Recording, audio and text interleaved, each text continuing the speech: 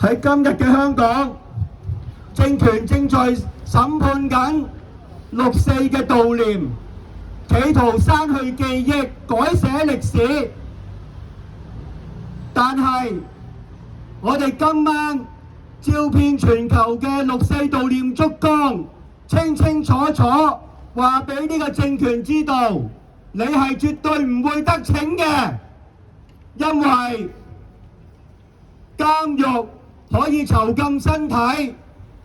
囚禁唔到良知；權力可以散播恐懼，但係權力唔可以刪除我哋嘅記憶。呢個政權可以禁制維園嘅燭光，但係禁制唔到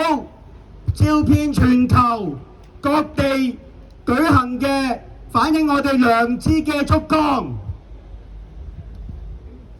就算喺今日嘅香港，維園嘅集會已經被禁絕，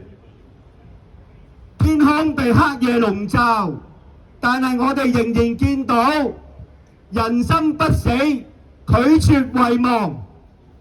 就算喺監獄裏邊，鄒幸彤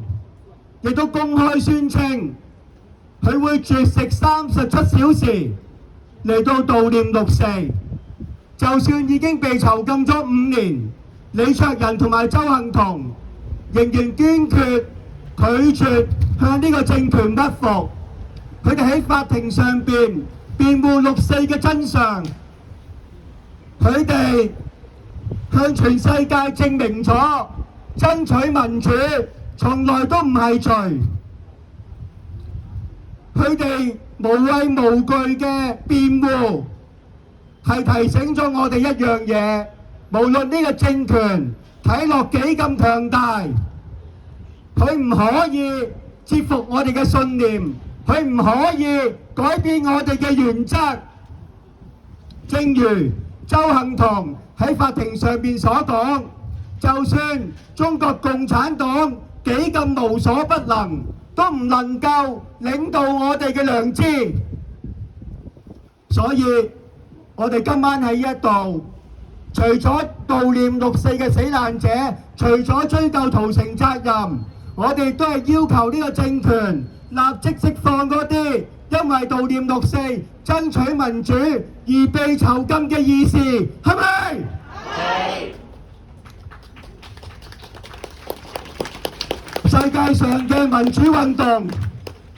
喺佢成功之前，都必定會經歷高低起伏。我哋唔知道黑暗嘅隧道有幾長，我哋唔知道幾時先會見到曙光。但係喺嗰一日來臨之前，我哋嘅責任就係要守護我哋嘅記憶，堅持我哋嘅信念，同埋確保抗爭嘅火種唔會喺我哋手上熄滅。釋放李卓人，釋放鄒幸彤，悼念無罪，爭取民主無罪，多謝大家。